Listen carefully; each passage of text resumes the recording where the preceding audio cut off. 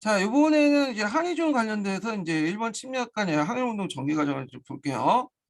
자, 1931년 9월 18일 날 일본의 이제 강동군이 봉촌 교회에 만주철도를 폭발시킨 다음에 그걸 중국군의 소행이라고 주장하면서 중국군을 공격하는 9.18 사변, 곧 만주사변이 일으켰다. 자, 요 사건을 이제 뭐라고 하냐면 일본의 그 강동군이 봉촌교회 만주철도, 그러니까 남만주철도죠.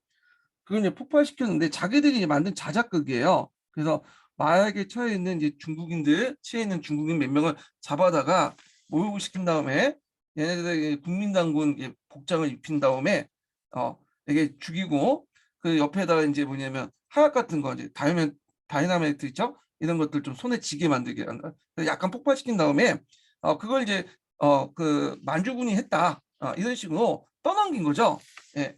그래서 이제 이 사건을 뭐라고 얘기하냐면 유조고 사건이라고 해요. 유조고 사건.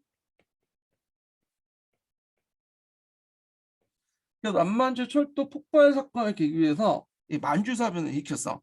자, 그 일본이 만주를 점령하고 청주의 마지막 황제였던 그 성통제를 내세워 친일 정권인 만주국을 세워 남경 정권으로부터 단절시켰다는 거죠.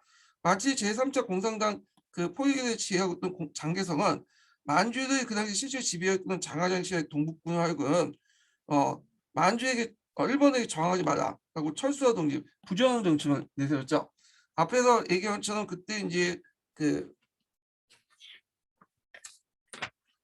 국민당군은 그 만주에서 싸우면 자기가 이제 세력 기반이 약하다 보니까 이게 좀 국민당 정권에도 위기를 타격을 줄 수 있다. 그런 생각을 해서 그 당시 외교적으로 활동을 하려고 했어요. 외교적으로 문제를 해결하고 있죠.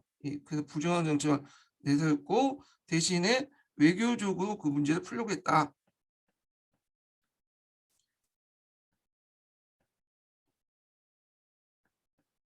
외교적 수단을 통해서 그걸 했는데 실패했죠. 국제연맹에 어, 이 사건을 이의 제기했지만 뭐 국제연맹에서 뭐 해줄 게 없잖아요. 별로 니들 조사는 정도 파견해 주는 거 외에는 해줄 게 없었죠. 자, 장개덕이 이제 부정을 정책을 이제 택한 것은 자녀 군벌의 그 지방 할과 반장개석파의 국민당 원료들 무엇보다 공산당의 소비에트의 지역의 존재로 인해서 자신의 권력 기반을 취약했으므로 국제연맹 제도 같은 외교적 수단을 통해서 평화적이기를 원했기 때문이다. 그러나 국제연맹을 통한 그 외교적 노력이 실패에 돌아가면서 여론이 비판이 거세지자 잠시 또 공직에 물려났다가 자, 이 사람은 이제 자주 했던 것이 사임이야. 네. 그래서 일종의 정치 수단으로 사용한다고 했죠. 왕정이와 타협하면서 복직했다. 그래서 왕정이와 장개석의 합작 정권은 1932년 1월 일본이 상해 침략하자 제1차 상해사변이죠. 이에 저항하면서 국제연맹에 제소했다. 자, 국제연맹은 일본군이 상해와 만주에서 철수할 걸 요구했으나 일본은 아예 국제연맹 탈퇴를 보였죠. 그리고 이어서 1933년 1월에 연화성을 공격해요. 연화성은 오늘날 말하면 이제 어느 지역이냐면 내몽고 자치주라고 보시면 돼요. 예.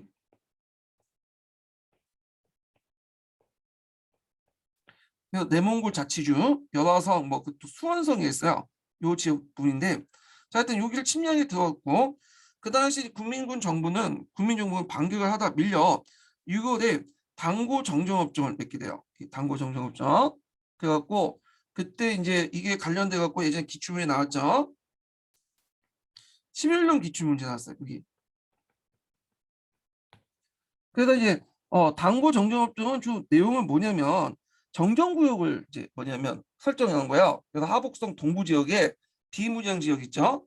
네. 하북성 동부 지역에 비무장 지역을 이제 설치하는 거죠. 그러니까 이제 여기에 있으면 여기가 산해관 있고 이게 만리장성이 있잖아요. 그리고 그 북쪽에는 만주족이 있어. 만주국. 여기 오늘날 내몽골 자치구 그 일대 있죠. 요 지역에 이제 뭐냐면 비무장 지역을 이제 설치하는 거예요. 만주국도 아니고 그렇다고 해서 국민당 그 남경 정부가 아닌 그 지역들은 이제 설치하는 거죠. 자, 근데 이 당고정정업종은 어떤 의미가 있냐? 일단은 이렇게 비무장 지역을 이제 뭐냐면 설정해 놓기 때문에 국민당 정부가 공식이 인정하지 않아도 이 만주국의 존재를 인정해버리는 꼴이 돼버리는 거죠. 그래서 이 만주국의 존재를 인정해줬다. 네. 그래서 이제 그 일본군들은 이렇게 비무장지대를 설정으로 통해서 하북성 북부 지역 활동 영역을 확보했고, 그래서 요 지역을 바탕으로 해서 또 중국을 침략하는 어떤 근거지를 뭐냐면 마련했죠. 그리고 나서 강동군들이 이제 어떤 생각까지 이제 하게 되냐면, 요 지역을 아예 분리시켜 갖고 요 지역, 산해강 이북 지역을 중국 분리시켜서 북중국을 분리시키자. 산해강 이북 지역을 분리시켜서 일본이 통치하자. 아니면 계대 정권을 만들어 갖고 하자. 자, 이런 식으로 이제 뭐냐면 생각까지 하게 된 거예요. 예. 자, 그래서 이제 그때 내세웠던 이제 장개들 논리는 뭐냐면 그 유명한 선안내 후양이죠. 자, 일본의 침략은 피부에 난 자질을 위한 병거보고 공산당을 뱃속에 깊숙이 뿌리뽑은 병으로 간주한 장개석은 일본군과 정규전을 중지되자 공산당 소통 작전을 했죠. 그래서 이때 이제 4차, 5차 포위 사건을 그 공격을 벌인 끝에 그 공산당은 서금을 몰아내고 장정기를 오르게 되었다. 자, 그런 동안 일본과의 우호 관계를 유지할 일본의 북부 중국에 대한 그런 동안 일본과는 우호적인 관계 유지에 대해 일본의 북부 중국에 대한 야심을 차례로 받아들였다. 자, 그래갖고 이제 이때 이제 일본에 이제 그 했는데 하여튼 뭐 이렇게 해갖고 이제 조금씩 먹히게 돼요. 예. 그래서 이걸 이제 무슨 외교라고 하냐? 합헌 외교라고 하거든요. 이런 우호 경례를 이 합헌 외교라고 하는데, 이 합헌 외교는 이제 누가 주도했냐면 그 당시 이제 우리가 이제 시대화라는 그 친미 어떤 정책을 펼쳤던 그 외교관이 있어요. 수상이 있죠. 이 수상이 주도를 했어요. 자, 하여튼 그래서 이제 그 당시 시대화는 되도록 이제 뭐냐면 중국의 국내에 간섭하지 않는다. 중국 국민당 정부와 적당히 친하자. 신성관계 맺겠다 하는 그런 입장이었는데, 근데 문제는 이건 일본 중앙정부 그런 생각이고, 또 한편은 그 일단 강동구는 그렇게 생각 안 했죠. 조금씩 그런 분위기를 이용해 갖고 뭐냐면 북부 중국의 어떤 그 분리 공작을 추진했어. 예. 이거는 강동군들이 이제 한 거야. 초기 때는 이제 그 중국 정책이 강동군들이 주도를 했어요. 일본 정부는 그냥 분위기만 조성했을 뿐이고. 자, 하여튼 이 강동군 중심으로 해서 이제 북부 중국의 분리 공작이 추진됐고, 자, 이들은 정전 구역에서 중국 유용군이라는 활동이라는가, 천진의 친일적인 신문사 사장 암살 사건을 구실로 삼아서 중국 측에 압력을 가해 협정을 맺게 되는데, 자, 이게 매진 하우는 협정이에요. 1935년에 맺은 거죠. 예. 그래서 이제 그 이 협정을 통해서 중국의 중앙군이 국민당군이 하북성 밖으로 이동을 하고요. 항일 여론을 막 금지시키는 그런 정책들을 하게 돼요. 그래서 이에 따라 중국의 국민당 정부는 하북성 밖으로 이동하고 일체의 항일 여론을 금지했다. 자, 이어 중국의 압력을 가하여 그 당시 당구업종을 구성한 비무장지대 친일 정권을 세우게 되죠. 여기 친일 정권을 세우게 돼서 일본의 세력이 만주를 넘어 북부 중국에 영향을 미치겠다. 이렇게 기억을 해두시면 돼요. 자, 이때 이제 그 세워진 그 친일 정권은 하북 기동자치정부, 기찰 전문회 두 개가 있어요.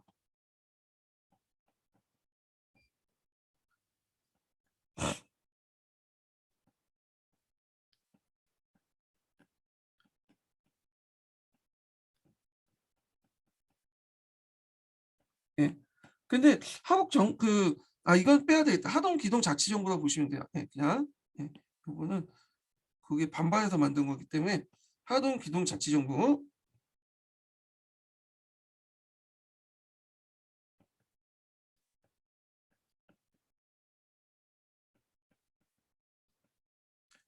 자, 이런 기동 그 계대 정권을 세우게 되고, 그 다음에 이제 요걸 바탕으로 해서 이제 앞에서 언급한 것처럼 기동 민무역 같은 것들 했죠. 기동 민무역. 예. 자, 그래서 이제 이런 내용들 좀 기억을 해주고, 기동 민무역을 통해서 그 당시에 이제 국민당 정부에 어떤 타격을 줬다. 경제적으로.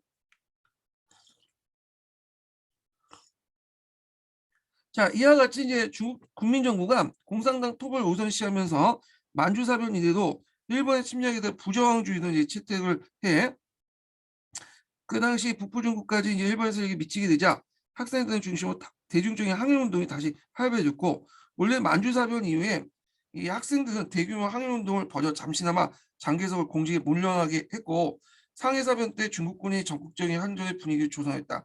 그러나 정부의 단속으로 대규모 항일과 정부의 단속으로 대규모 학생 운동이 금지되자 그 당시 비판적 인사들이 민권 보장 동맹을 중심으로 한 항일과 민권 보장 운동, 무장 자유 운동 등으로 항일 운동을 면면이 이어졌다.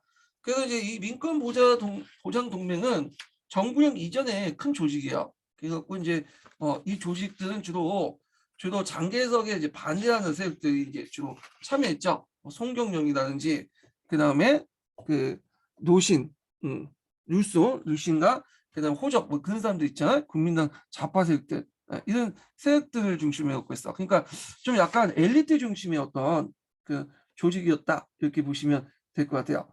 자, 근데 이 중국 민권 그 보장 동맹이 점점 세력이 커져서 그 뭐냐면 만든 그 조직이 있어요. 이게 국민 엄호 자구회라는 조직이야. 그래서 이들이 세력이 커져서 만든 것이 국민 엄호 자구회라는 조직이에요. 네. 이게 이제 중간파죠. 얘네들이 중간파들이 결집을 했는데, 이 모태가 됐던 것이 뭐냐면 중국 민권 보장 동맹이다 이렇게 보시면 되고, 당연히 이런 그 민권 보장 동맹이나 국민 엄호 자구회 같은 거는 국민당이 탄압을 받았어요. 네. 그래서 이제 있고, 자, 하여튼 그러는 도중에 북부 중국이 중국에 분리된 상태에 벌어지자 그 당시 이제 중국 전역에 식민지가 될지 모른다는 위기의식이 확산되어 12구 운동이 폭발돼 나왔죠. 자, 이 12구 운동이 상당히 중요하죠. 예전에 11년 기출문제 나왔던 거예요. 1935년에 그 일어난 거죠.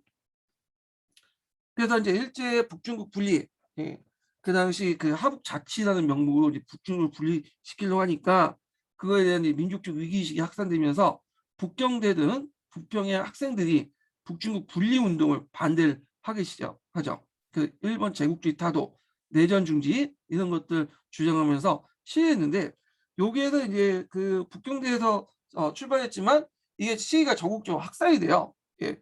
그리고 이제 뭐 여러 학생 조직들이 만들어지죠. 북평 학년이라든지 상해를 중심해서 구국회 같은 것들이 이제 뭐냐면 결성이 되고요. 그래서 이제 이 그 12구 운동은 만주사변 이후에 침체되었던 중국과 중국 공산당과 연계된 그런 그러니까 중국 공산당과 연계된 이제 도시 명망가 출신의 항일운동에 벗어나서 대중적인 항일운동을 전개했다. 이런 데 의미가 있어. 예. 그래서 이제 이런 내용들 좀 기억을 해두시면 되고요. 자, 그러면 내용을 볼게요. 1935년 12월 9일 북경대 학생을 비롯한 북평의 수천 명의 학생들이 내전 중지와 그 다음에 항해를 주장하는 시위를 벌이자 전국적으로 파급돼 나갔다. 자, 상해에서는 이 운동에 호응해 구국회 운동이 전개됐고요. 예. 이 구국회란 말은 중국 근현대에서 자주 쓰이는 거예요. 나라를 구하자는 운동인데, 자, 이거는 이제 예전에도 있었다고 했죠. 예, 그래서 어떤 6대 국회 운동이 있었고, 그 다음에 상해에서 조직된 국회는 다른 대도시도 퍼져나갔다. 자, 북부 중국의 항일운동이 학생 중심인데 대구국회는 강범의 각계각층이 망라했다. 자, 이렇게 구국 대표 단체 대표자들이 전국 각계 구국 연합회를 조직해 국민정부와 하여금 항일을 위한 전민족 뭐냐면 의사를 전집시킨 거국일치 정부를 구성하도록 압력을 가했다. 자, 이게 이제 뭐냐면 전국 각계 구국연합회, 여러 구국회 연합 조직회가 뭐냐면 정구전이라는 조직이에요. 정구전. 유명하죠? 이 조직은 외워두세요. 예, 전구전 조직이 결성이 됐고요.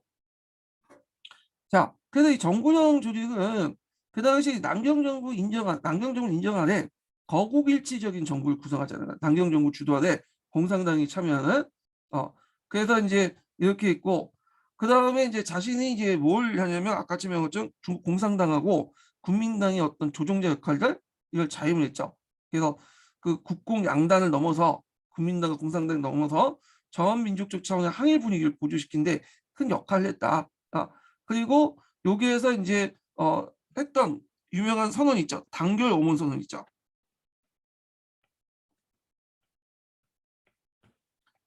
그래서 이 단결 엄호 선언은 단결을 모욕을 막아내기 위한 약간의 기본 조건과 최저 조건 요구인데 그건 이제 그 앞에서 언급한 이제 그 등속 누구야 장개석이 모욕을 참는데도 이제 뭐 한계가 있다. 이런 말에 이제 자극을 받아서 단결 엄호를 발표했고 그래서 여기에서 이제 장정권 아래 장개석 정권을 인정하는 아래에서 항일 지도 체제를 마련하다. 지도 아래 항일 전체 체제를 확립하자. 항일 체제를 확립하자고 주장을 하게 돼요. 예. 그래서 이게 나중에 이제 누구한테 또 지지를 받으냐면 모택동이 지지를 해주죠. 이건 맞다. 그래서 우리도 단결 엄호를 이제 선언을 동조해준다. 뭐 이렇게 이제 하는 거죠. 자, 그래서 이제 이 모택동이 이걸 통해서 항일 그 전선의 어떤 주도권을 장악하려고 했어요. 그리고 제3의 세력이었던 그 정구정을 대표한 제3의 세력들을 이제 포섭을 하려고 했던 거죠. 예. 자, 그래서 요 관련된 내용이 이제 기출문에 나왔으니까 좀 기억을 해두시고요. 자, 그러면 이제 계속 읽어볼게요.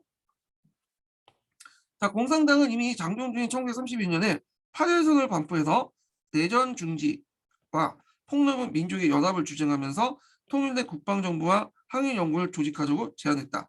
자, 이 8.1선언이 상당히 중요한데요. 자, 이 내용을 좀 약간 여기 찾아서 좀 볼게요. 그래서 심야 자료에서.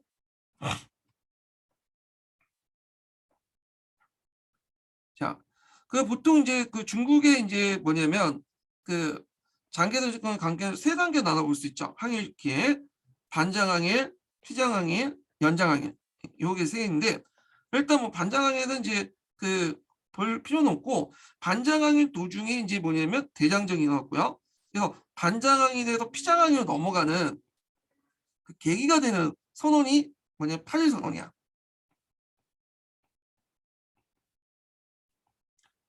그래서 반장은 장개석을 반대하고 항일하자는 뜻인데 피장은 장개석 정권을 인정하는 가운데 장개석 정권을 뭐냐면 압박을 해서 항일하자는 거죠. 그래서 이제 8.1 선언을 이제 공표해요. 그래서 이거는 그 국내 각 계층에 이제 보낸 선언 형식으로 이제 했는데 자, 이 내용을 보면 소비에트 정부와 공산당은 즉각 각 그 당파, 각 단체 및 일체 지방 군정기관과 국방정부의 공동수요 문제에 대한談판을 진행시키게 되며 자 이거 국방정부는 장개석을 제외한 좌우연합정권 이렇게 보시면 돼요.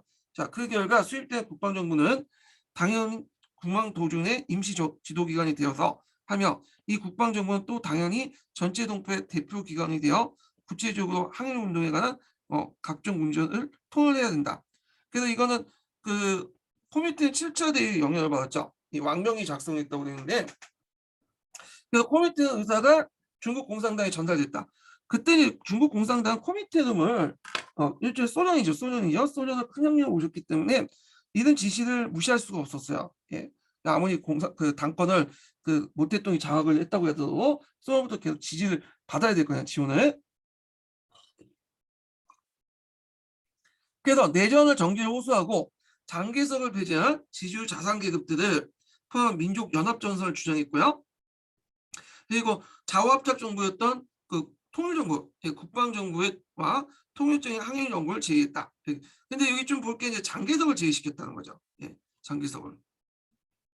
그렇지만 장개석을 배제했지만 이 장개석과 이제 지식이 만든 지주 자산 계급들을 뭐냐면 포용시켰다는 그 포용시키는 계획을 하기 때문에 민족연합전선 주체로서 실질적으로 간접적으로 장개석을 끼워 넣었다 이렇게 보시면 돼요.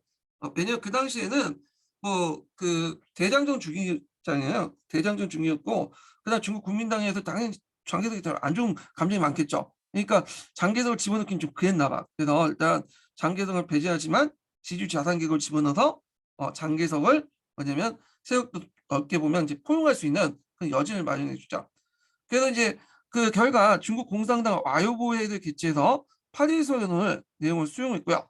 그리고 이제 학생 대중에 조직할 계획이 시작했죠. 그래서 8.1 선언 기억을 해두시고 자 그래서 이제 그 의미를 보면 일본 제국주의 장개석 정권 타도 전제단 국방정권 항일연구 수립 소비에트 인민공화국 구상제기 분홍정책 변경 군웅을 타도의 대상이 아니라 이제 좀 약간 동맹에 대해서 이게 생각을 하기 시작했죠. 그래서 폐쇄주의 극복제기 등 항일 민족 통일 전선 정책의 전환을 가능성을 했고, 노동자 농민의 기본 세력에서 푸티푸르지아 대중과 인탈리아 계층의 동맹자를 구성해서 동맹력을 형성했고, 그다음 민족 부르주아와 군벌도 반응명 세력을 구성해서 했지만 이들이 이제 뭐냐면 항일 전선에 참여는 인정해줬다. 장개성은 배제했다. 그래서 그, 그 종전의 노동자와 농민 중심의 하층 통일전선 연합을 벗어나 지식인 소부르자 세력들 연합을 통해서 항일전선 연대를 끌어내려고 했고, 다만 이제 장개석을 항일연합전선의 대상으로 배제하는 게 좀 한계긴 하지만, 근데 이것도 그때 당시에는 이제 그 장개석에 대한 반장 분위기가 중국 공산당에 많다 보니까 뭐냐면 얘를 뺀 거야. 그렇지만 앞에서 얘기한 것처럼 장개석과의 친구들, 뭐 군보지라든지 부주아나 이런 색들을 이제 끌어들였기 때문에 장개석을 포함시킬 수 있는 여지가 많아지게 돼요. 예. 그래서 이때 이제 피장하이민을 넘어가는 그 어떤 계기가 되었고요. 그것을 이제 확립한 것이 뭐냐? 피장하이민을 확립한 것은 오우통전이에요. 그래서 이 배경을 보면 중국이 항일적인 태도를 보인 방장개석 군벌 협력에 대한 소련의 비판이 이뤄지고, 왜냐하면 그 당시에 양강사범 등이 일어나서 이제 그 장개석을 비난을 했거든. 이 양강사범 아파서 얘기한 것처럼 그 당시 강석의 군벌들이 일으킨 반란이에요. 그래서 이게 이제 명목은 장개석이 일본군과 싸우지 않고 계속 중국군만 싸운다. 이건 항일을 전민족적 차원에서 일본과 싸워야 된다면서 장개석 공격했는데, 이걸 누가 지지한 거야? 중국 공산당이 지지한 거야. 왜 그러면 소련의 입장에서 비판이야, 소련이 중국 공산당을. 왜냐면 지금 물론 장개석한테 두들겨 맞은 건 이해는 되겠지만 전략적으로 볼 때는 이들 지지해서는 안 되겠죠. 실권을 누가 갖고 있어? 장개석 갖고 있잖아. 그러니까 어떻게든 장개석과 좀 손을 뭐냐면 딜을 해갖고 뭐냐면 장개석 손을 잡아야 될 때 왜 장개석이 반기를 들고 있는 군벌들한테 지지를 하냐? 소련의 비판이 나온 거야. 중요한 것은 너희들의 어떤 감정적인 문제보다는 당장 전략 전술을 생각해야 된다. 지금 장개석이 중국을 장악하고 있고 실체이기 때문에 그와 손을 어떻게든 잡아야 된다. 이런 비판이 있었던 거죠. 그래서 결국 코미테의 지도와 설득을 통해서 오통조를 보내죠. 그래서 내전을 그치고 그 당시 하이를 맺어 일치항해를 위한 통전. 그래서 이거를 전체 무장부대의 정전협정과 일치항해를 제안해서 했는데, 요걸 이제 국민당이 보내요. 이 통전을. 자, 그래서 이제 그 통전 내용에는 이제 뭐 등등 있는데, 이런 통전을 통해서 이제 국민당과 하해를 하게 돼. 그래서 요거는 앞에서 언급했던 8.1 선언은 다독이 표현이라면, 요거는 이제 그 피장하임으로 완전 전환된 내용이죠. 요걸 통해서 그 오후 통전을 통해서 피장하임으로 완전히 전환됐다. 그래서 그걸 모습을 보이는 것이 우태동이 정구정의 당규 영원선을 지지해주고, 그리고 그다음에 국민당이 보낸 서한에서 반장개석의 태도를 포기할 가능성을 시사하고, 그다음 좌우합작 연합전 징후로 민주공화정을 제시했다는 거. 그리고 장개석의 모의에 참는 한도반을 또 지지해주고, 국민당이 가지고 있는 어떤 위치를 인정해주고, 이런 것들을 이제 했다. 이렇게 좀 기억을 해두시면 될 것 같아요. 자, 그럼 관련된 내용도 한번 읽어볼게요. 예. 강자조국사에 잘 돼 있는데, 일단은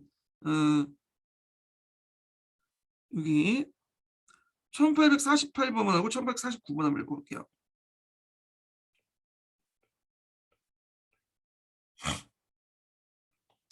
자, 모택동이 당규영어 선언을 적극 동조한 것은 이 서명 문화의 기초에 참여했음부터 당 중앙에 있는 성서성 북부까지 찾아와 금인을 설명해주는 코미테는 파견, 범안영의 등의 영향이 미친 탓이라 사실에 드러났듯이 중국의 코미테는 지도에 원칙적으로 받아들여 정책 전환에 나서는 결과물 분명하다. 그래서 앞에 이제 반장항이나 피장항이 넘어갈 때 코미테는 지도와 설득이 있었다는 거죠. 자, 그 다음에 이제 요 1849번은 뭐와 관련된 내용이냐면, 요거와 관련된 그 당시 이제 장개석의 발언을 이제 지지해 주는 거예요. 모욕을 참는데도 한도가 있다는. 네. 그래서 장 위원장이 이해했던 해석은 과거에 비해 약간 진보한 걸 평가한다. 이 진보를 환영하고 있고, 뭐 만족스럽지는 않지만 나름대로 의미 있는 진전이다. 뭐 이렇게 얘기를 한 거죠. 또한 실로 기당은 국민당인데, 국민당이 중국 최대 부분의 영토를 통치한 정당이라는 걸 인정하고, 그래서 정당이라고 하여 실세로서 국민당 위치를 인정했다. 요건데 장개선 정권이 한일전 체제의 전환을 모색하고 있음을 주목한다. 그러니까 장개선 정권을 중심으로 한일전 체제로 이렇게 전환을 모색을 했다. 이렇게 기억을 해두시면 돼요. 그리고 이때 이제 국민당 서한을 보냈던 것을 내용 중에 민주공화국안 제시가 있어요. 예, 요 제시. 요거는 좌우합작을 통해 이제 민주공화국을 어떻게 이제 만들 것이냐 이렇게 했는데 목적은 항일을 통한 항일을 하기 위해서는 그 뭐냐면 좌우합작이 필요하겠죠. 이걸 필요한 이제 민주공화국을 이제 제시한 거야. 앞에 이제 국방정부 같은 것들, 앞에 8.1선언 같은 경우에는 비슷한 이제 뭐냐면 그 국방정부, 국민정부를 제시했죠. 근데 여기는 장개석이 배제됐잖아요. 근데 여기는 장개석이 일단 인정을 해줬어요. 예. 그래서 장개석의 정권을 인정한 전제로 그 복통선거를 통해 각 세력들이 구성한 통일적인 국방정부를 수립하자 있고, 그 중국이 왜 이걸 보냈냐? 중국 공산당이 일단 장개석 정권의 정당성을 약화시키고, 우리가 그만큼 이제 항의를 하고 있는데 너네들은 항의를 하지 않고 있잖냐. 그래서 그리고 자신의 항일적 열쇠를 벗어나 항일 전세 주도권을 장악할 필요가 있었고, 그다음에 코민트로부터 독자성화군이 당내 반발 세력들 견제 등을 하고 했다. 의의는 비록 장개석 정권부터 수용되지 않았지만 이걸 통해서 액션을 보냈던 거죠. 예. 그래서 중도파 세력들이 장개석에 붙을지 국민당을 지지할지 아니 장개석을 지지할지 모 대통령을 지지할지 막 왔다 갔다 했는데, 이 선을 통해서 우리도 여기 뭐 민주정권에 들어갈 수 있으니까 얘는 지지하고, 얘는 항일의 의사를 분명히 표현했기 때문에 그다음 중도파 세력들을 포용할 수 있었다. 이것이 나중에 국共대전 때 상당히 중요한 역할을 해요. 예. 그래서 그 중도파 세력을 포용하여 후에 국共내전 중에 정치 협상에 이론적 바탕이 있다. 그 정협이라는 거 있죠. 예전에 시험 문제 나왔던 정협의 이론적 바탕이 됐다. 예. 그래서 신민주주의 이론의 바탕이 되고요. 그래서 이제 이건 민주공화국안을 제시했다. 이렇게 좀 보시면 되고요. 자, 그 다음에 이제 이 관련된 내용이 다 강자종국사에 있는 내용인데 달지 못하고 일단 제가 이제 달치한 내용들만 좀 중심에 읽어볼게요. 여기 보면 1851번, 1852번, 1853번 읽어볼게요.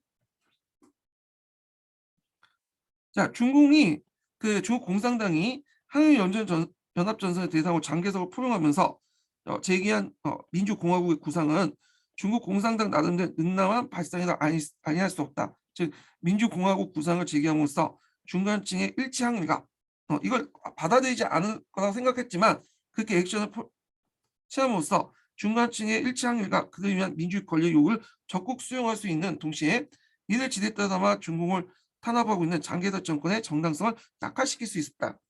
우리는 이만큼 이제 민족적인 어떤 항일 또한 민족적인 어떤 그 민족 일치를 통해서 항일을 통해서 거국적인 어떤 조직을 만들려고 하는데 대안을 제시하는데 너네는 뭐냐? 우리만 공격하고 막 이런 식으로 하면서 장개석 정권의 정당성을 약화시킬 수 있죠.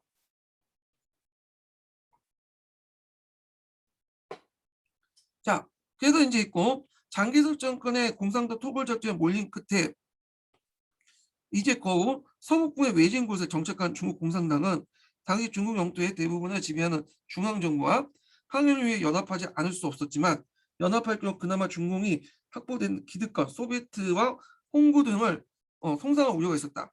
근데 장개석 정권의 실세도 인정하되 민주공화국 그 제안에서 어디까지나 중공은 민주공화국의 구상 속에 들어가 있는 한에서 가능한 일이고, 민주공화국 구상은 중국하여금 현실적 열세에서 벗어나 장개석 정권에 대한 항일통일 전선의 지도권을 걸머질 수 있는 뛰어난 정치적 선언이라 할 수 있다. 자, 그리고 이제 국공합작 설립 직전까지 장정권의 집요한 토벌 작전에 시달렸던 공산당은 비록 서북부의 병방에 몰려 있었지만 통일전선 정책을 전환함으로써 열세에 처해 자신의 정치력을 신장시킬 수 있는 동시에 민주주의 요구를 부응할 수 있었다. 특히 통일전선의 구심점에서 민주공화국의 구상을 제시함으로써 무당파 지식인들, 제3의 세력들을 비롯한 대중을 끌어들일 뿐 아니라 장정권의 위치를 자신의 구상 안에 재조정시키면서, 그러니까 자기신의 프레임 안에 가둘 수 있는 거죠. 그래서 정치적 도약들을 마련할 수 있었다. 그래서 이제 국민당 정권과 달리 전민항전, 전 계층이 항전을 추진할 수 있고 그 이론적 성과가 신민주주의 혁명으로서 정리될 수 있었다. 예. 상당히 이제 정치적 선언을 이제 했던 것이다. 라는 거 좀 기억을 해 두시고요. 자, 그래서 이제 이렇게 한번 좀 공산당의 입장들을 좀 정리를 해 봤어요. 그럼 다시 읽어 볼게요. 그 공산당은 이미 장정중에 1935년 8일 선언을 발표해 내전 중지와 폭력은 민족의 연합을 주장하면서 통일된 국방정부와 항일연구원 조직을 제안했다. 자, 이후 장정이 끝난 후 섬서에 정착하게 된 뒤에도 도시에서의 항일학생 운동을 성공하고 12구 운동에서 공산당 영향이 컸다. 공산당은 만주사변 이후 중국의 전세가 변함에 따라 코미테의 지도를 받아 1936년경에 그 중국의 실세인 장개석과 연합해 항일 통일전선을 구축한 정책을 전환했다. 그래서 반장항일과 해서 피장항일로 바뀌게 되죠. 예. 자, 이와 같이 항일이 요구하는 대중운동이 치열해지고 공산당이 이에 적극적 동조하고 있었지만 국민정부는 선뜻 동의하지 않고 있었다. 자, 항일전에 대한 준비를 하고 있었지만 구국연합 지도에 구국회 항일운동 급진적으로 변하자 7명의 그 7명을 체포하는 사건이 나죠. 그래서 요게 중간층의 제대로 이제 뭐냐면 호소를 못했다는 게 좀 문제점이 있어. 예. 그래갖고 7명의 쟤들을 이제 체포하는 무술 실군자라고 하는데 이들을 이제 체포하는 사건이 나요. 예. 자, 그래서 이제 이렇게 이제 급병하자 지도자 7명을 체포했고 공산당에 대한 포위 공격을 여전히 고집했다. 자, 국민정부 이 같은 방침은 거국 서원 사건을 초대해 내전 중지와 일치항일 방향으로 국면에 전환됐다. 그래서 이 서원 사건 앞에서 언급했지만 이 당시 이제 국민당의 어떤 항일적인 분위기, 그 다음에 중간파의 항일 분위기, 그 다음에 공산당의 항일 분위기를 뭐냐면 합쳐놓은 계기가 된 사건이야. 그 일치항일을 통해서 이제는 뭐냐면 일본과 대항하자. 국공합작의 어떤 바탕이 됐던 사건이죠. 자, 그러면 서한 사건 관련된 내용 볼게요. 서한 사건은 예전에 기출문에 나왔어요. 서한 사건 배경으로 한번 기출문에 나왔거든요. 예. 자, 그럼 서한 사건의 배경을 한번 좀 정리를 좀 해볼게요. 자, 서한 사건 일단 1936년에 일어났죠. 일단 배경을 보면 일단 첫 번째로 보면 자, 중국 전역에서 이제 그 항일 여론이 형성되죠. 특히 이제 12구 학생 운동 있죠. 항일 여론들이 이제 올라가기 시작했고 왜 우리 맨날 두들겨 맞냐. 그 다음에 또 일본이 이제 계속 공격해와.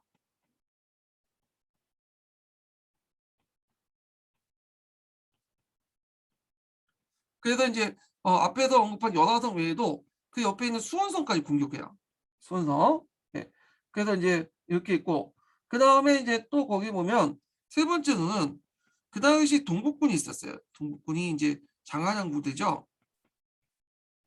장하장은 만주사변 이후에 자식 근거지를 잃고 저 섬서 부분에 이제 있었는데 이 당하장 부대 안에서 공산당을 부대에게 이제 공산당 톱을 압력을 넣죠. 근데 얘네들이 이제 뭐냐면 그걸 거부하고 공산당 톱을 이제 장개석 명령을 거부하고 그 공산당과 긴밀하게 연대를 하기 시작해요.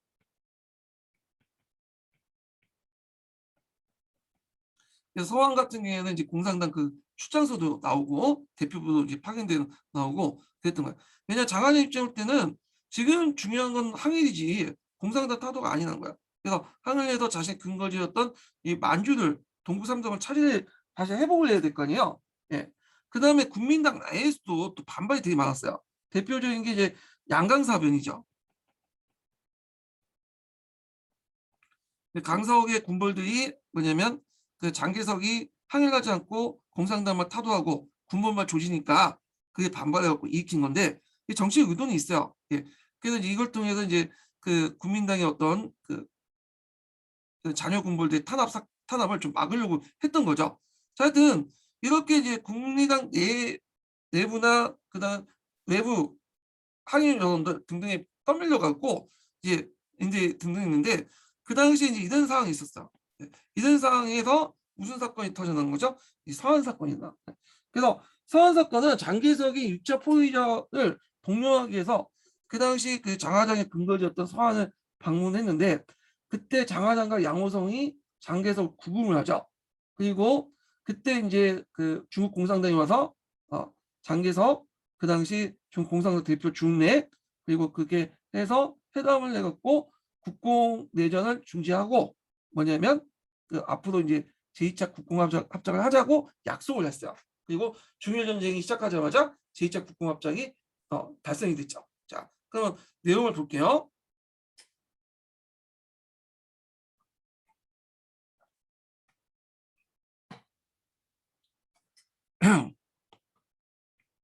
자, 만주사변으로 자신의 근거지인 만주에 있는 장하영 동북군은 공산당에 대한 제6차 포위 공격에 임무를 띠고 서안에 주둔하고 있었다. 자, 장하장은 1936년 1월 말 동북대 학생들이 서안을 찾아온 이래 항일의 여론에 적극적인 어떤 그 반응을 보였고요. 9월에는 북부 중국에 모여든 학생 370명을 훈련시켜 학병대를 조직했고 동북군 안에서 이 동북군 장하장 부대요. 그 당시 이제 그 안에서 항일을 주장하는 여론이 강해졌다.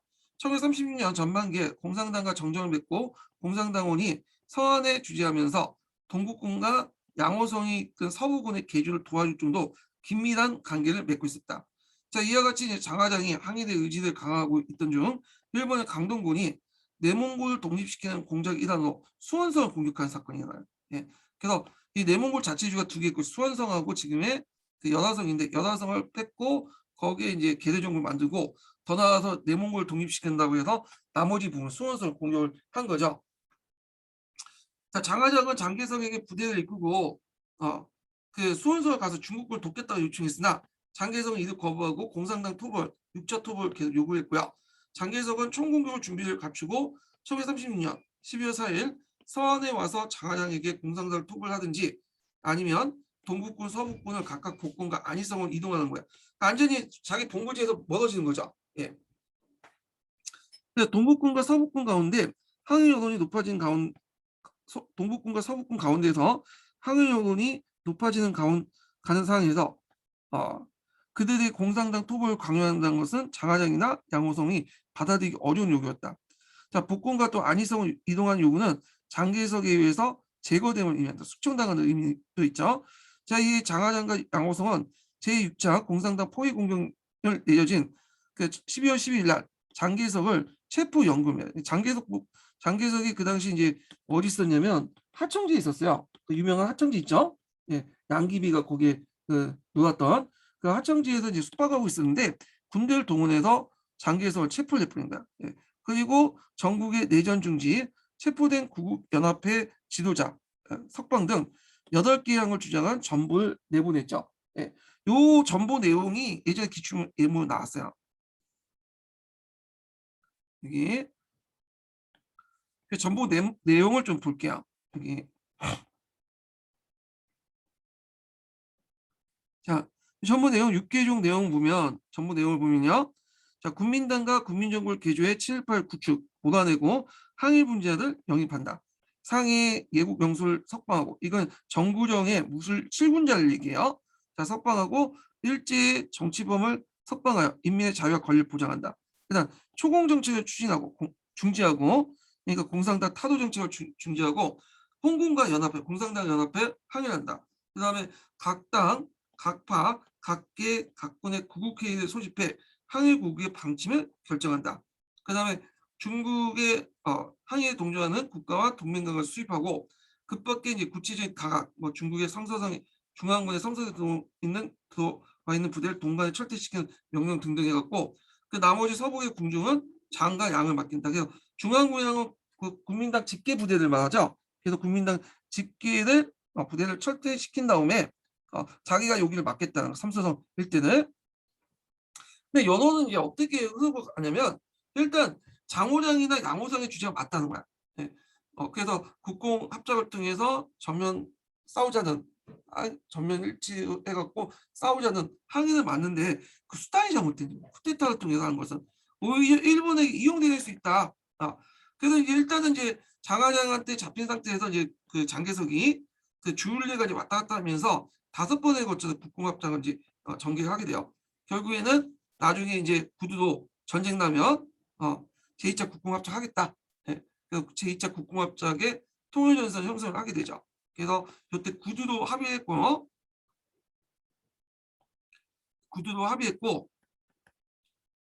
그래서 국공합작을 구두로 합의했고요.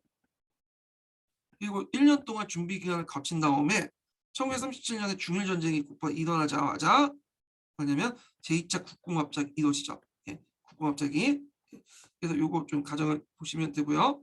자, 그러면 이제 다시 내용을 이제 볼게요. 자, 이 서한 사건에 대해 국민당 내 친일적 인물들은 장하장 토벌을 주장했으나 이때 장개석의 부인 통미령이 이 사건을 평화적으로 해결하기 위해서 서한을 왔죠. 왜냐면 만약에 이제 그 장하장 토벌을 해갖고 군대를 동원하면 당연히 우리 장개석이 지금 영동된 상태에서 장개석이 죽을 수가 있잖아요. 예, 잡혀 있는 상태에서. 그러니까 이거 좀 평화적으로 해결할 필요가 있었어. 그 다음에 또 공산당도 장하장이 요구했다 중일의 파견의 평화적 해결을 도모했는데 공산당 입장에서 장개석이 죽으면 좋겠죠. 예, 얘는 아직 심적으로 죽이고 싶죠. 근데 장개석이 죽으면 포스트 장개석이 문제야. 장개석이 기껏 이제 뭐냐 중앙을 다 통제를 했으니까 나름대로 중국이 통일적 운영할 수 있는데 만약 장개석이 이제 이 인물이 사라지면 그 인물을 이제 대신할 수 있는 인물들이 없죠. 그러니까 또 여러 군벌색들이 뭐냐면 곳곳에 중국 각지에 이제 뭐냐면 나타나게 되고 지방 할거가 일어나죠. 그러면 계속 일본은 또 공격을 많이 받을 수 있고 그다음에 중국 공산당 입장을 때도 장개석을 협상 테이블로 하는 게 좋아. 그러면 얘는 중국 전역을 장악을 했으니까. 근데 얘네들 개별적인 군벌세력들 다 뭐냐면 장개석 죽은 뒤에 개별적인 군세력들을 군벌세력들 뭐냐면 협상 테이블에 앉아갖고 협상을 하거나 상대가 좀 힘들어요. 그러니까 이런 측면을 볼 때 계속 장개석을 살려 놓을 필요가 있었던 거죠. 그래서 공산당도 장하장 요구에 따라서 주일례를 파견해서 평화적인 해결 동모했다. 그리고 구국연합회는 장개석 석방과 중앙정부에 지도하는 항일전을 요구했고 그래서 일단 장개석의 행동은 별로 마음에 들지 않지만 일단 장개석이 살아있어야지 계속 정권이 유지되고 중국이 통일될 수 있고 만약 이 사람이 죽으면 오히려 더 혼란상을 가속화시켜서 어제 군벌대행이 날칠 수 있다 그렇게 생각을 했던 거죠.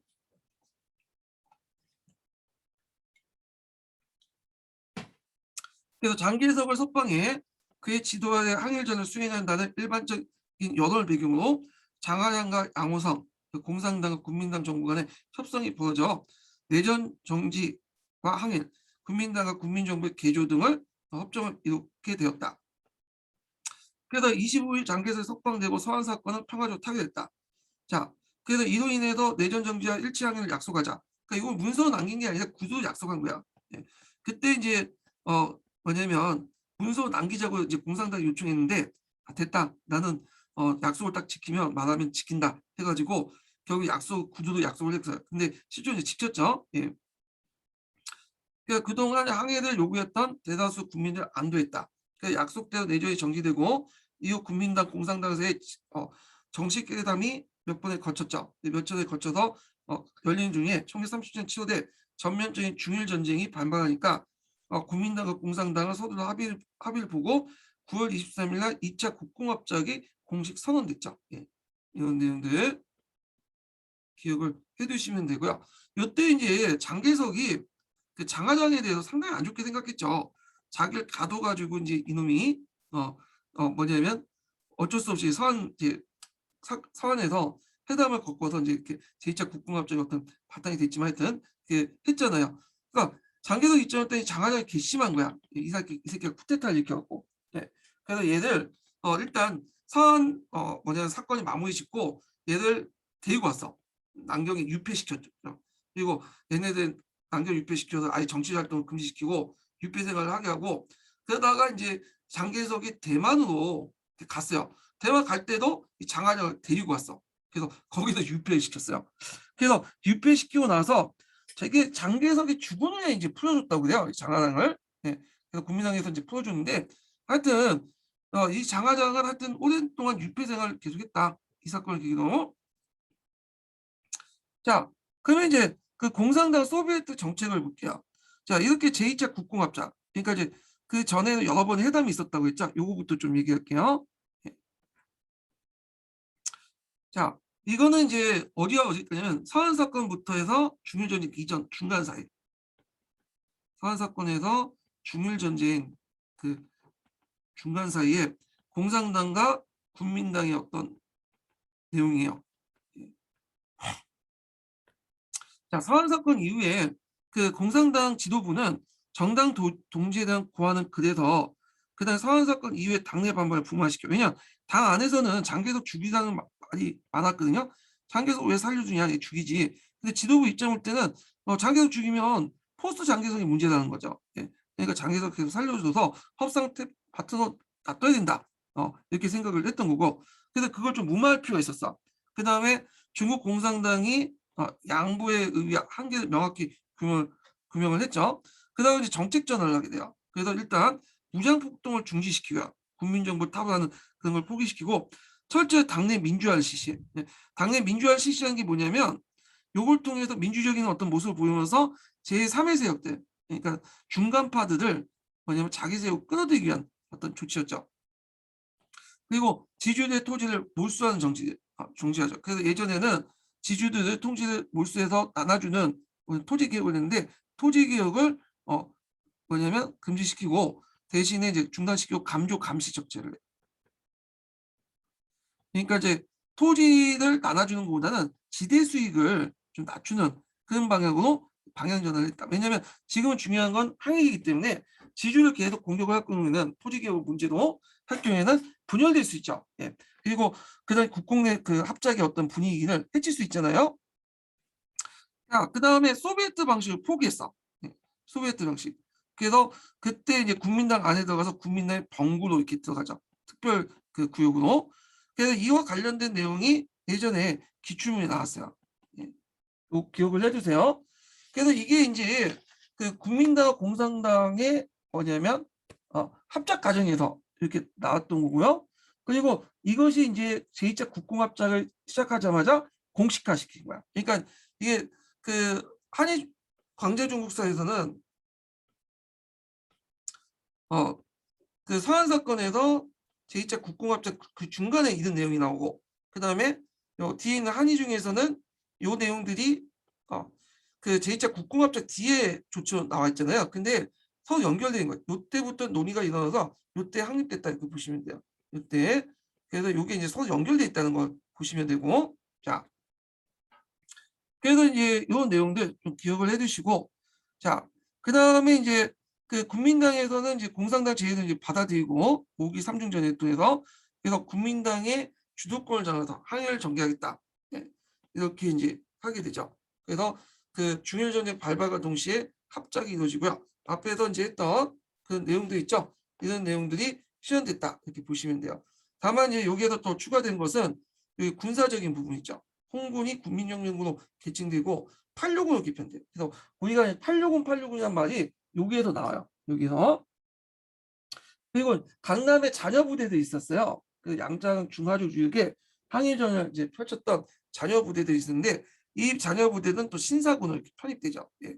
그래갖고 860과 그 뭐냐면 신사군으로 중국 공산당이 국민당의 부대 안으로 들어가는 이런 체제를 취했다. 이렇게 보시면 될 것 같아요.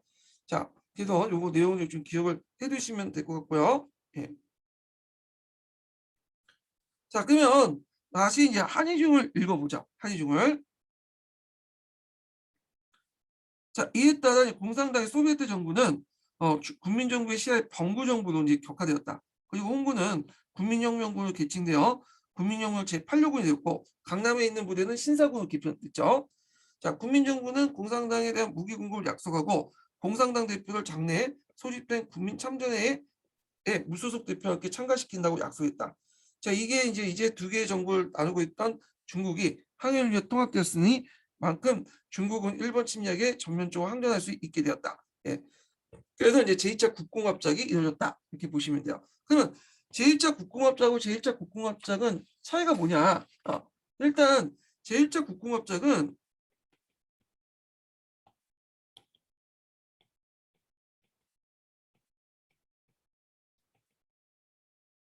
주로 반군벌 세력이죠. 반제국주의 목적으로 이제 만들어졌고 근데 제2차 국공합작은 반군부 반제국주의보다는 그 일본에 대항하기 위해서 만들어진 거죠.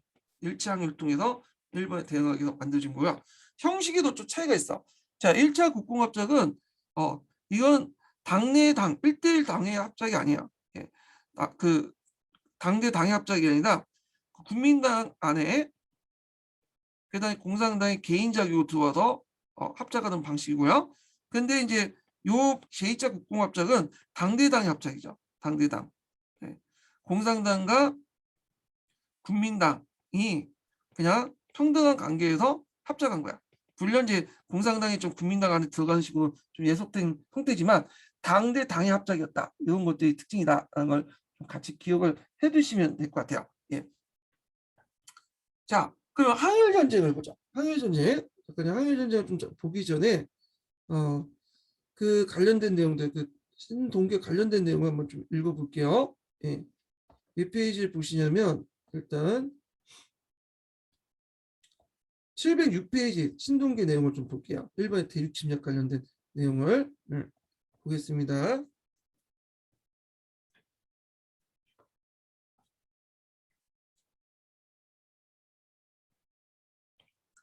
자, 대륙 침략 부분 볼게요. 1928년 6월 북경을 떠나 봉천으로 가던 열차가 폭발되고 그 다음에 이제 여기에 타고 있던 만주 군벌 장장이 폭사했죠. 자, 이 사건은 일본 강동군에 의해서 치밀하게 계획된 사건이죠. 예. 강동 모중대 사건이라고 이제 하는데 전 세계에 놀랐고 일본 국내에서도 군국주의 암흑통치의 서막이라는 불길한 예감이 지식인층의 사이에 퍼져나갔다. 자, 그래서 이제 이 사건을 계기로 해갖고 일본에서도 많이 많았어. 왜냐면 이거 중앙정부의 지시를 받고 한 게 아니라 일본 강동군의 독자적인 판단에 의해서 한 거거든요.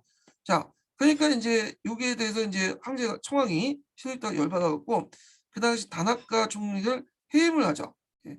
그래서 이제 새로운 총리를 뭐냐면 정권 교체를 하게 되는데 그때 이제 등장했던 총리가 하마구치 내각이죠. 그 하마구치 내각 때 이제 또 시데하가 또 외상으로 들어가서 또 그 뭐냐면 시데하가의 어떤 그 외교 정치를 이제 외교를 이제 전개를 하죠.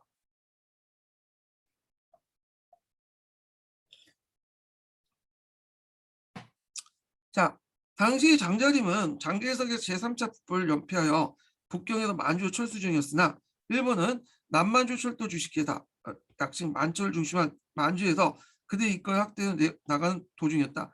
그래서 그 장자림의 만주 기한은 일본의 만주 지배에 여러 가지 방해가 됐으므로 이를 제거한 건다. 그리고 중국 국민당군이 장자림을 따라 또 만주 지역으로 들어올 수가 있잖아요. 장자림 사고 이제 그 아들 장하림이 뒤이어 10만 명이 군사적으로 민족주의 노선을 추구하면서 일본에 대항했다.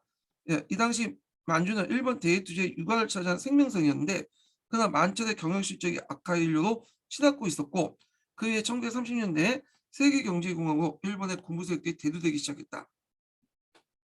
자, 일본 군부는 국내의 정치적 위치를 강화하고 1931년 7월 만주에서 만보산 사건을 계기로 한국인들 양민을 대량 학살하고 1931년 만주에서 만보산 사건을 계기로 한국인 양민을 대량 학살하고 이어 봉춘교회 남만철도에 일본 군인들 폭파하고 이게 무슨 말인지 하나도 모르겠는데 예, 좀 잘못된 거 있다. 이 서술은.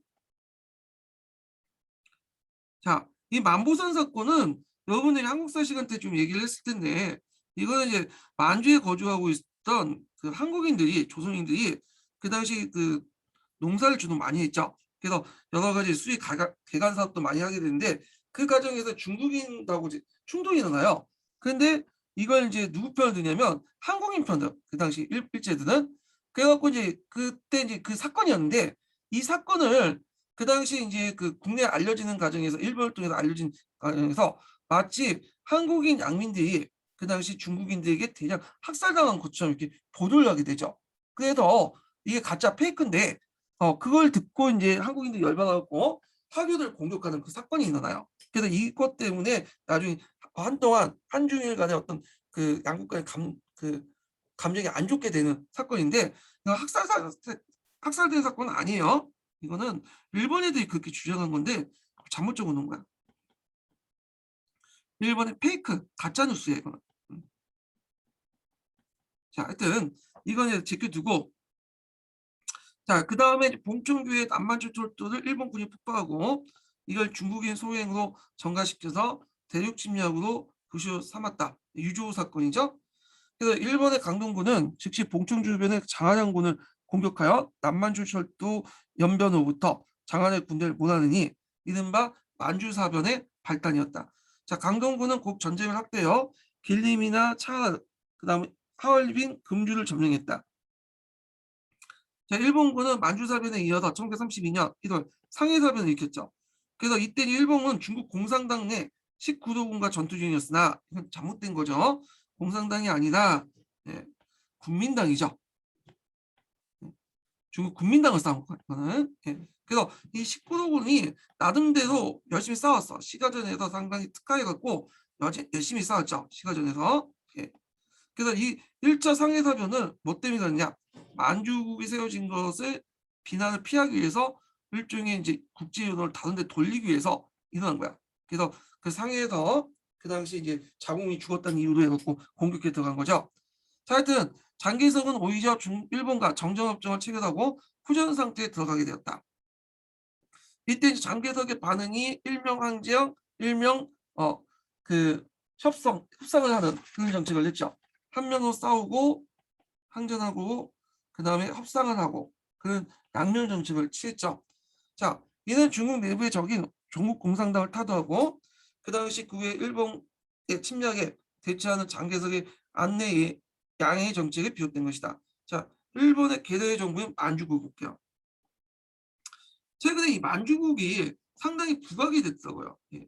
이 만주국은 일본의 개대 정부지만 나름대로 의미가 있는 게 뭐냐면 다민족 국가야. 다민족 국가. 그래서 다민족 국가로서 그 당시 일본, 조선인도 있었죠. 한국인, 그 다음에 만주인, 몽골도 있었어. 그 다음에 있고 또 한족들 이렇게 있었죠.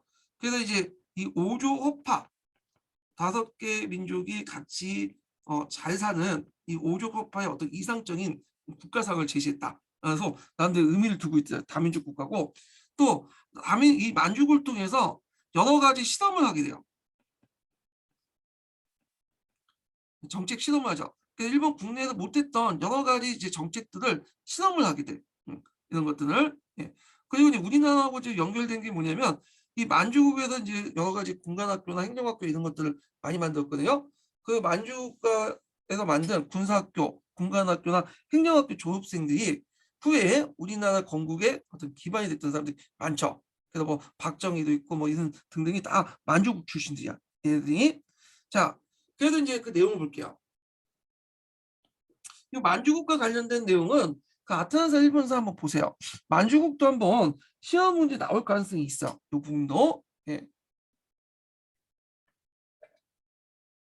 그래서 이제 최근에 KBS 역사 스페셜이나 이런 데서 많이 다루고 있죠. 저 읽어볼게요. 자, 일본의 대륙 침략의 야욕은 만주사변을 계기로 더욱 확대돼 나갔다. 1931년 9월에 만주에 주둔하고 있던 일본 강동군은 일본 강동군은 이제 지멋대로 행동했다겠죠. 그래서 자기가 문제 일어놓고는 나중에 추후 보고하면 일본 정부가 이제 끌려가서 이제 승인해주는 그런 역할 양태를 보이게 되는데 이것도 마찬가지야. 그래서 만주 사변을 일으킬 때 일본 정부는 몰랐다고 그래요. 일본 강동군이 주도됐고 참고로 강동군은 이제 남만주 철도를 지키는 부대예요. 얘네들이. 일본 강동군은 일본이 차지하고 있던 남만주 철도가 만주 군발 장하단 군대에서 폭발되고 만주에 있는 일본 세력을 몰아내는 음모를 진행되고 있던 엉뚱한 구실을 내서 봉천을 비롯한 만주 전역에 중국군의 무장해제를 감행했다. 자, 장하단은 일본군의 이러한 움직임을 미리 탐지하고 있었던 봉천을 탈출하였다. 자, 만주의 동삼성 대부분의 평장 일본군은 1932년 3월에 청진에 운동하고 있었던 마지막 황제 성통제 부위를 데리고 와서 만주 황제로 옹립하고 개대 정부인 만주국을 탄생시켰다. 그래서 동삼성은 본래 만주 민족의 청제 본거지도 이 땅을 만주인들에 되돌려 준다는 미명으로 일본군 보호 아래 개대 정부의 만주국을 세웠던 것이다. 그러나 이때 만주국 대부분은 황족에게 만주인들 대부분 황족에 동화되어 만주에 살고 있는 인구는 대부분 한족이었다. 이렇게 있고요. 자, 그다음 서한 사건 관련된 내용인데 이거는 앞부분에 각자 읽었으니까 이제 보시고 다만 이제 그 밑에 있는 내용들만 좀 읽어볼게요. 두 번째 단락부터 세 번째 단락부터 볼게요. 자, 서한 사건에 대한 국민당 내부의 친일파는 강경한 무력 해결을 주장했으나 친정 친일파는 내전 학대는 도리어 중국에 불리하고 그 일본에 이롭다는 판단을 합병 해결을 주장했다. 그래서 장개석의 부인 및 그의 고문이었던 도널드가 서한에 오고 장하장의 요청으로 중국에 주를 내도 서한에 와서 장개석과 2차례 회담을 거쳐 결과 장개석 석방됐고 이듬해 국공합작을 통한 통일전선이 성립되었다. 이렇게 있죠. 자, 그래도 이제 한번 관련된 내용을 읽고 한국인 중국사 이제 좀 볼게요. 항일 전쟁 관련된 내용이요. 항일 전쟁은 중일 전쟁이요. 1937년부터 해서 1945년까지 내용이죠.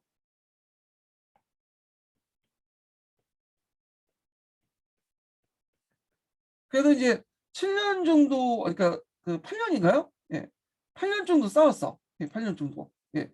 그래서 이제 그 주도권 문제에 대해서 이제 여러 견해가 있어요. 중국 공산당이 주도했다.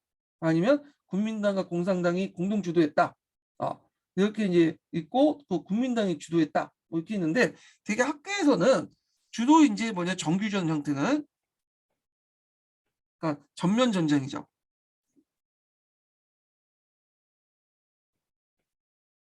정면으로 싸우는 그런 그 전장에서는 국민당이 주도를 했고요. 그 다음에 게릴라전, 비정규전 있죠? 게릴라전. 게릴라전 치고받고 이제 싸우는 방면 적후 이제 전장에서는 적후방 전장에서는 공산당이 주도했다. 이렇게 있죠. 근데 이제 초창기 때는 이 공산당이 이제 국공내전에서 승리하고 하다 보니까 여길 되게 강조했어요. 백단 전투라든지 백단 대전 같은 거 있죠? 그 영화도 만들고. 근데 최근에는 뭐 정규전을 강조한 국민당군의 그 주도한 내용을 좀 강조한 분위기도 있어요. 예. 왜냐 실질적으로 이 국민당이 실제 주도했다 보면 돼요.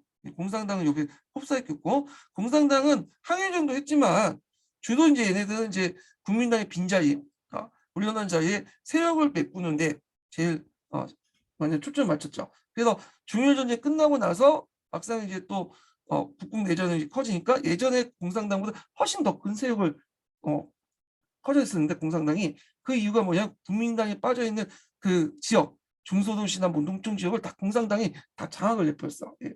그래서 하여튼 그래서 있고 그래서 이제 공산당이 국공 내전에 승리할 수 있었고 그리고 그 당시 또 중국 전역을 지배할 수 있었던 것은 이 중일 전쟁도 큰 목을 해요. 중국 공산당이 써 빠진 것도 있겠지만, 예. 자, 그래서 이제 있는데 요거는 좀 내용이 길어질 것 같아서 이 항일 전쟁 부분은 다음 시간에 할게요. 요거는요. 마지막 인증번호 알려드릴게요. 마지막 인증번호는 세 번째는 15분입니다. 15분. 예. 오늘 강의 그냥 수고하셨고요. 목요일 날 뵙겠습니다.